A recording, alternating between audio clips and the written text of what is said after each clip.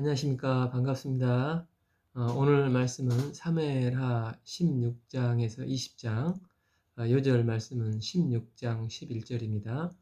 다윗이 아비새와 모든 신하에게 이르되 내 몸에서 난 아들로 내 생명을 해하려 하거든 하물며 이 베냐민 사람이랴 여호와께서 그에게 명령하신 것이니 그가 저주하게 버려두라. 15장에서 다윗은 자기 아들 압살롬이 반역을 해서 다윗을 죽이려고 했기 때문에 지금 이제 도망자의 신세로 지금 피난길에 오르고 있습니다. 다윗이 예루살렘을 떠날 때 피신 행렬 중에 이제 발생되는 사건이 계속해서 16장에 나오고 있습니다. 먼저 사울의 종 이제 시바가 나오는데 이 사람은 사울의 손자 무브보셋을 다윗에게 소개시켜 준 사람입니다. 1절에서 다윗이 마루톡을 조금 지나 무브보셋의 종 시바가 안장을 지은 두 나귀에 떡 200개와 건포도 100송이와 여름과일 100개와 포도주 등등을 이제 싣고 와서 다윗을 맞으며 먹을 것을 공급해 줍니다. 3절에서 주인의 아들 무비보셋은 어디가 있느냐, 이제 무비보셋이 안 보이니까 다윗이 물었습니다. 이게 이제 그런데 종은 지금 다윗이 이렇게 흔들리니까 시바가 무비보셋은 할아버지 사울의 나라를 내가 차지하겠다 하고 안 온다는 것입니다. 진짜 그런 건지는 조금 애매합니다. 시바는 끝까지 따라오는 다윗이 시바를 보고 이제 기뻐했는지 4절에서 이제 시바에게 재산이 다 내 것이라 이렇게 말을 해줍니다. 또 한 사람이 등장하는데 5절에서 사울의 친척 중에 이제 시므이가 등장합니다. 6절 다윗과 시므이의 모든 신하들을 향해서 막 그 시므이는 돌을 던집니다. 그리고 막 다윗에게 욕을 하면서 비참하게 가고 있으니까 그 형례를 보고 7절에서 피를 흘린 자여 사악한 자여 가거라 꼴 좋다 하면서 맹 비난을 하고 있습니다. 사실은 다윗은 도망가고 있지만 다윗의 군대는 여전히 한 번도 패하지 않는 무패 군인입니다. 그래서 함께 따라가고 있던 9절에 수리아의 아들 아비새가 함께 이 죽은 개가 어찌 내 주 왕을 저주하리까 청하건대 내가 건너가서 그의 머리를 베게 하소서 이렇게 하니까 10절에서 내가 너희와 무슨 상관이 있느냐 그가 저주하는 것은 여호와께서 그에게 다윗을 저주하라 하심이니 내가 어찌 그리하였느냐 할 자가 누가 있느냐 다 내 잘못이다. 다윗은 지금 이 모든 일이 자기 잘못이라는 것을 말하고 있습니다.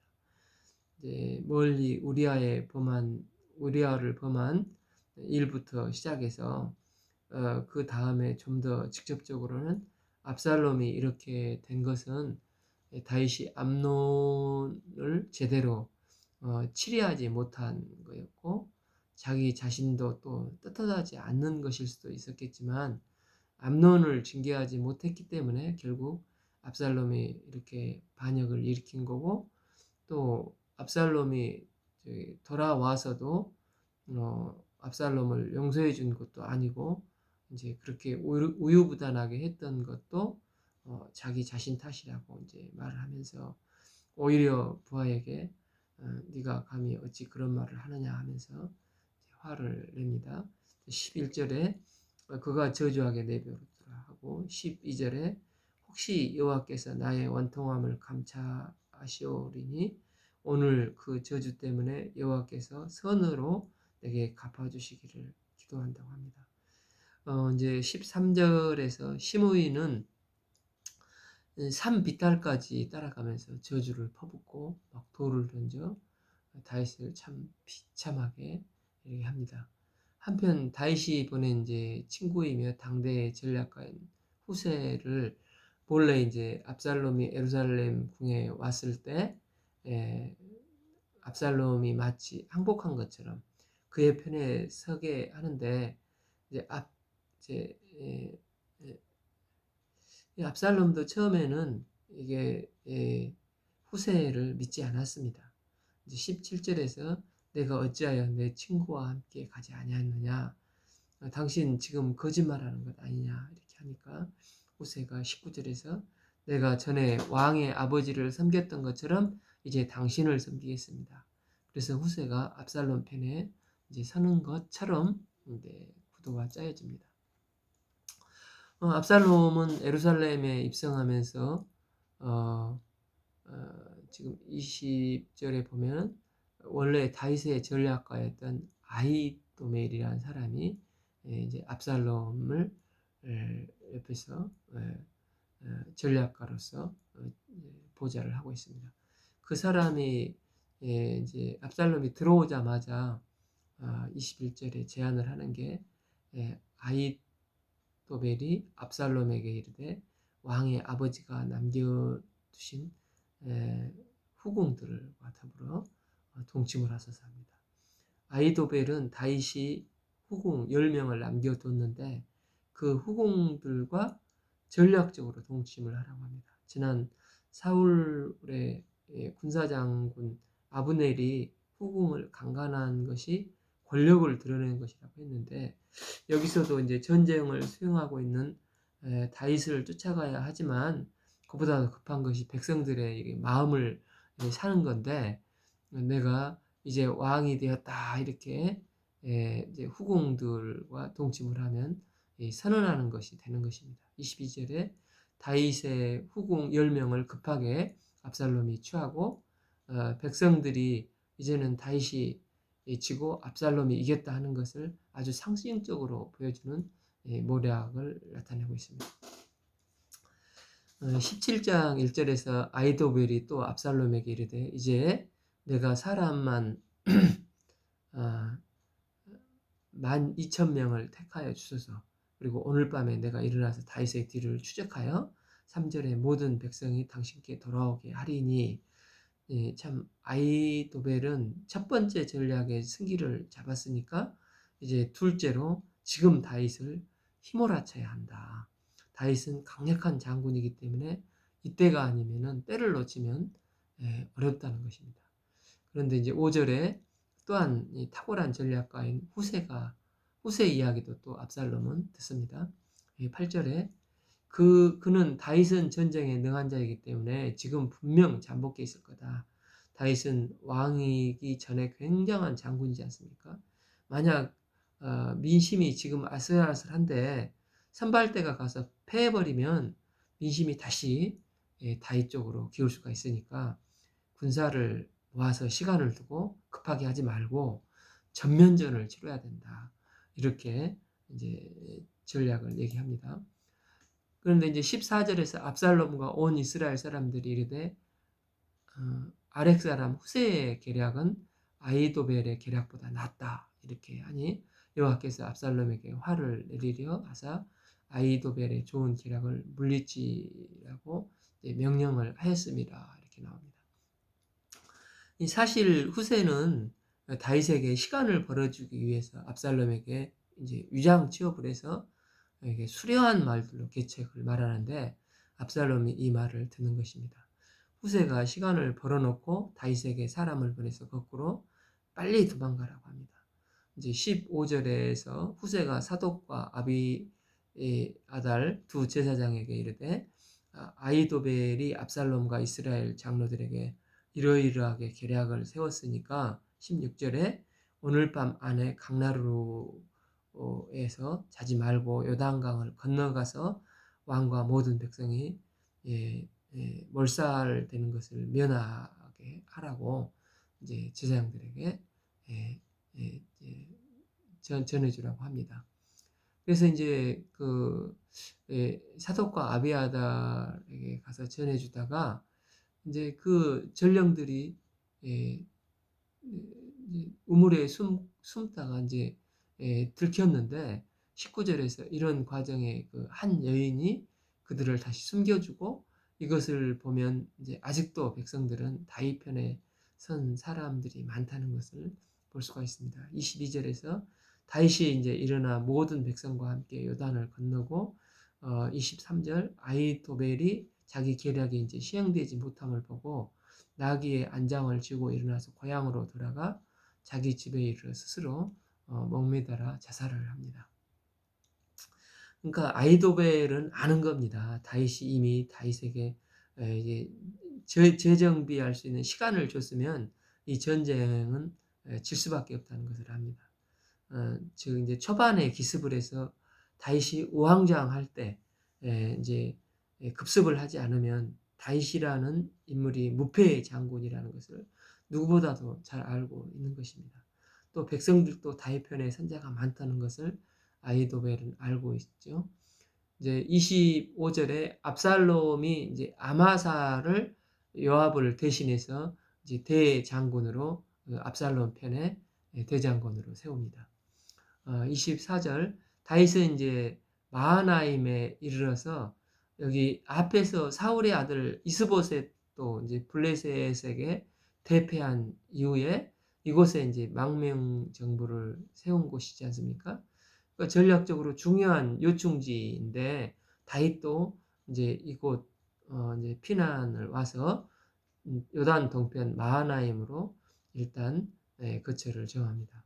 그러니까 27절에 이제 암몬족 속 서비와 마길과 길르앗 사람 바르실레가 이 지역 부유한 유지들인데 28절에 보면 이제 침상과 대야와 질그릇, 밀과 보리 등을 가져다가 29절에 다윗이 재정비하는 데 도움이 되도록 다윗과 백성들을 섬기는 것을 보게 됩니다.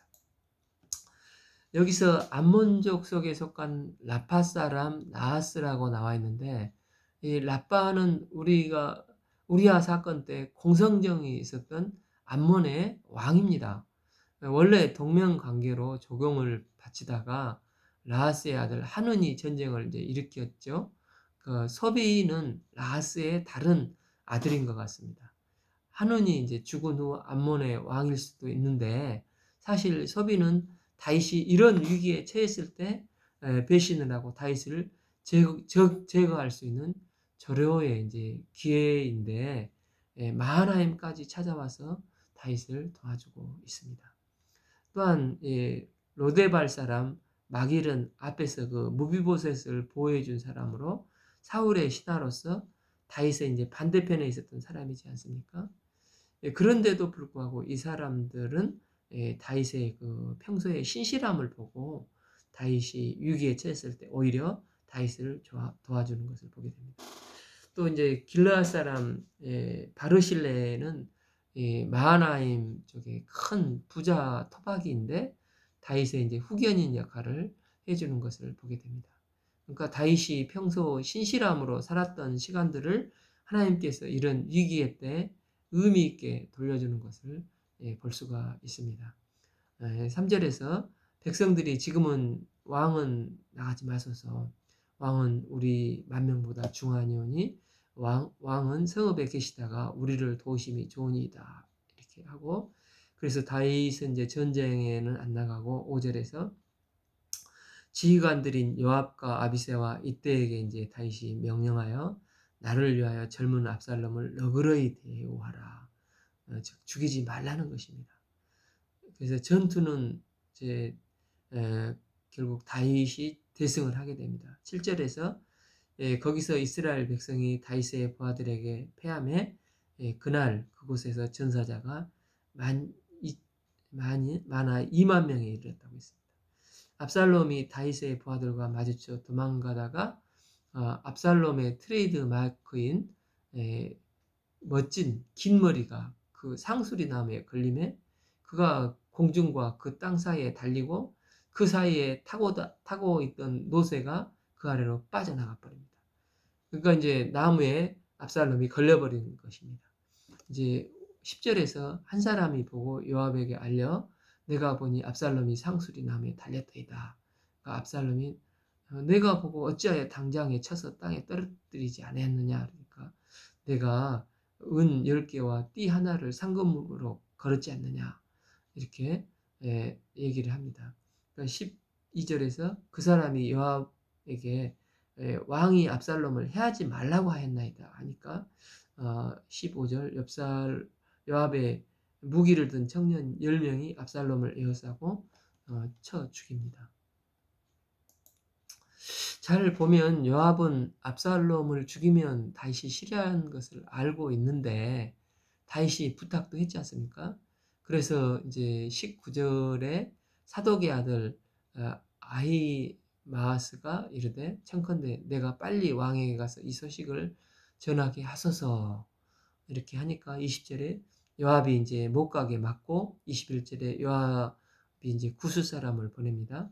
왜냐하면 다윗의 분노할 것을 뻔히 알고 있기 때문입니다. 23절에서 그가 한사코 달려가겠다고 하는지라 요압이 그리하라 하고 하니까 이제 아히마아스가 들길로 다름질을 하여 구스 사람보다 앞질러 갔습니다. 여기서 요압은 압살롬을 왜 죽였을까? 지난번에 요압이 압살롬이 다시 예루살렘에 다윗에게 돌아올 수 있는 환경을 만들어주지 않았습니까? 그런데 압살롬이 이렇게 하니까 배신감을 느낄 수도 있었을 것입니다. 아니면 다윗에 대한 나름대로의 충격일 수도 있겠습니다. 다윗은 이제 마음이 아파서 못 죽이니까 그렇지만 이대로 두면은 왕의 장래가 방해가 된다고 판단할 수도 있었을 것입니다. 또 한편으로는 압살롬을 라이벌로 생각할 수도 있었지 않겠나 생각해 봅니다. 이제 자신이 다윗 군대의 2인자인데 장차 압살롬이 자신의 적이 될 수도 있다. 이렇게 생각해서 제거한 거라고 할 수도 있는데 어쨌든 요압은 참 이상한 사람입니다.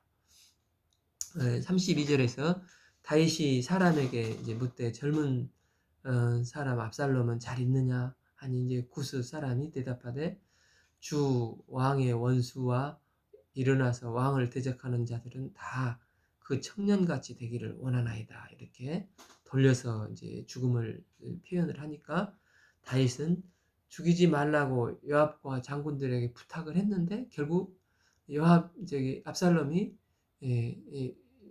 압살롬을 요압이 죽여버린 것입니다. 그래서 다윗이 매우 슬퍼하고 33절에 왕의 마음이 심히 아파 문 위층으로 올라가서 우니라. 그가 올라갈 때 말하기를 내 아들 압살롬아 내 아들 압살롬아 차라리 내가 너를 대신하여 죽었더라면 압살롬 내 아들아 내 아들아 하며 통곡하며 슬퍼합니다. 19장 1절에서 요압은 압살롬의 죽음을 슬퍼하는 다윗을 보고 지금 왕께서 이러고 계시면 백성들이 열심히 전쟁을 해서 승리를 했는데 2절에서 왕께서 슬퍼하니 전쟁에 승리함에도 불구하고 백성들도 슬퍼합니다. 그리고 6절에서 왕께서 미워하시는 자는 사랑하시고 사랑하는 자는 미워하시고 오늘 지휘관들과 부하들을 멸시하심을 나타내심입니다. 그리고 만일 압살롬이 살고 오늘 우리가 다 죽었으면 왕이 마땅히 여기실 뻔하였나이다. 요압은 왕께 막 쓴소리를 하고 있습니다. 7절에서 이제 곧 일어나 나가 왕의 부하들의 마음을 위로하소서. 이렇게 백성들이 승리를 한 것을 축하해 주십시오. 그래서 이제 다윗이 힘을 내는 척이라도 합니다. 8절에서 왕이 일어나 성문에 나가서 백성들이 힘을 얻고 백성들이 먼저 이제 예루살렘으로 들어가고 다윗도 이제 예루살렘으로 이제 가야 하는데 지금 이제 예루살렘에 있는 지도자들은 압살롬에게 붙었던 사람들입니다. 그러면 다윗이 입성을 하면 그 사람들은 배신자가 되는 것입니다. 다윗은 그들이 먼저 이제 나와서 마중 나오고 이제 불러주기를 바라고 있는 것을 보게 됩니다. 11절을 보면 사독과 아비아달 두 제사장이 왕궁으로 이제 모시는 일에 나중이 되느냐 하며 압살롬의 죽음으로 이제 다윗이 이런 말을 하는데 매우 지친 상태로 좀 짜증스럽게 얘기를 하는 것을 볼 수 있습니다.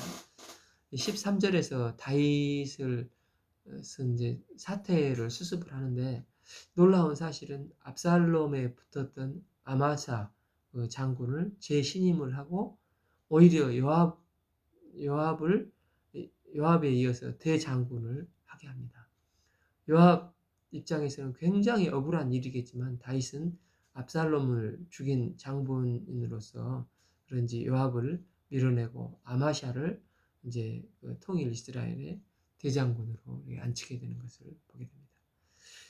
그리고 또 배신자 중에서 다윗이 피난 갈 때 등장했던 사울의 집안 사람들이 다윗에게 이제 나오는데 다윗에게 돌을 던지고 비방했던 시므이가 19절에서 주여 원하건대 내게 죄를 돌리지 마옵소서 종의 패역한 일을 기억하지 마옵소서 다윗에게 살려달라고 또 애언을 하며 용서를 구합니다. 21절에 스루아의 아들 아비새 장군이 이런 모습을 보고 이런 괘씸한 놈 하면서 여호와의 기름 부은 자를 저주하다니 이런 자는 죽여 마땅합니다 하니까 다윗은 민족 내에 갈라진 이 감정을 골을 메우기 위해서 21절에 다윗이 내가 죽이지 아니하리라 하고 그에게 이제 맹세하고 용서를 해서 그를 품는 넓은 참 대인의 모습을 보여줍니다. 그리고 17절에 베냐민 사람 1000명이 그와 함께하고 사울 집안의 종 시바와 무브에서 또 이제 나왔는데 25절에서 다윗 왕이 무비보셋에게 왜 어찌하여 지난번 피난 중에 우리와 함께하지 아니하였느냐 이렇게 물으니까 26절에 내 주 왕이여 왕의 종인 나는 다리를 절므로 내가 나귀의 안장을 지어 그 위에 타고 왕과 함께 가려고 했더니 내 종이 나를 속이고 27절에서 종인 나를 내 주 왕께 모함하였나이다 이렇게 하고 지난번 시바의 말과는 정반대 이야기를 하는데 누구의 말이 맞는지 성경은 말을 하고 있지 않습니다. 29절에서 다윗이 잘잘못을 가리지 않고 너희 둘이 이제 너희 재산을 반반씩 나누라 이렇게 말을 합니다. 31절에서 이제 왕이 이제 피난 갈 때 가장 힘들 때 도움을 줬던 길르앗 사람 바르실레가 다윗이 이제 요단강을 잘 건너게 하려고 끝까지 이제 배웅을 하는데 이제 33절에 왕이 바르실레에게 너는 나와 함께 건너가자 예루살렘에 가서 내가 너를 공개하리라 은혜를 잘 갚겠다 이렇게 하니까 35절에서 내 나이가 이제 80인데 내 주 왕께 아직도 누를 끼치리까 이렇게 하면서 정중히 사양을 합니다. 40절에서 이제 왕이 길갈로 건너오고 김함도 함께 건너오니 온 유다 백성과 이스라엘 백성이 절반이나 왕과 함께 건너며 다윗이 이제 예루살렘으로 이제 돌아왔습니다. 그런데 41절에서 유다와 이스라엘 간에 싸움을 하고 있습니다. 뭐 가지고 싸움을 하고 있냐면 이제 유다 지파가 마하나임에 있던 다윗을 불러온 것입니다. 이제 이렇게 모셔오니까 유다를 제외한 나머지 11개 지파 이스라엘이라고 이제 지칭을 하는데 왜 우리와 상의도 없이 왕을 이렇게 모셔왔냐 니네들끼리만 그러니까 유다 지파가 아니 왕이 우리 지파 출신인데 그것도 못하냐 그러니까 43절에서 이스라엘 지파가 니넨 유다 한 지파이고 우리는 11 지파인데 그러면 되냐 하면서 서로 싸우면서 이제 끝난 것입니다. 유다와 나머지 지파 간에 이 갈등이 있는 것을 보게 되는데 이건 이제 나중에 분열로 계속해서 이어집니다. 그러니까 다윗의 예루살렘 복귀는 결코 영광스러운 분위기가 아니고 다윗은 지쳐 있고 사람들은 서로 다윗에게 잘 보이려고 네가 배신자다. 내가 충신이다 하고 있는 것입니다.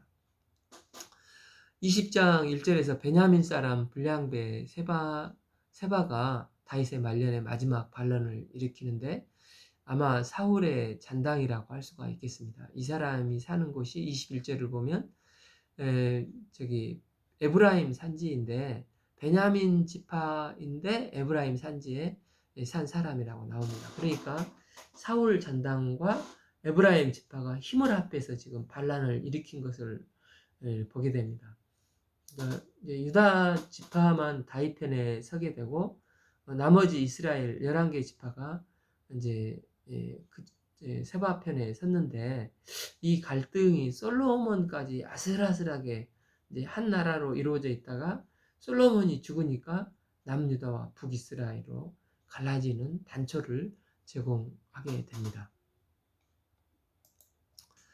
세바의 반란군을 진압하는 과정에서 4절에서 대장군 아마사가 이제 출전을 했는데 전쟁이 빨리 안 끝나니까 지원병으로 이제 6절에서 보면 아비새를 보내는데 또 요압도 함께 참전을 합니다. 그 전쟁의 와중에 요압은 아마사가 대장군이 되고 이제 요압은 대장군 자리에서 밀려났지 않습니까? 그래서 10절에 보면 요압이 아마사를 포용하는 것처럼 하면서 아마사를 암살을 합니다. 이걸 볼 때 지금 다윗의 왕위가 회복됐지만 이전에 그 영광스럽고 하나님 나라의 모형이었던 다윗 왕국의 모습이 아니라 반란을 일으키고 권력 싸움을 하는 세속적인 나라처럼 보여주는 것을 보고 있습니다. 22절에 이제 세바의 머리를 이제 어떤 여인이 베어서 요압에게 던져서 반란은 수습이 되고 23절에 요압이 이스라엘의 온 군대로 지휘관이 되는 것을 보게 됩니다. 오늘은 16장에서 20장까지 읽겠습니다. 감사합니다.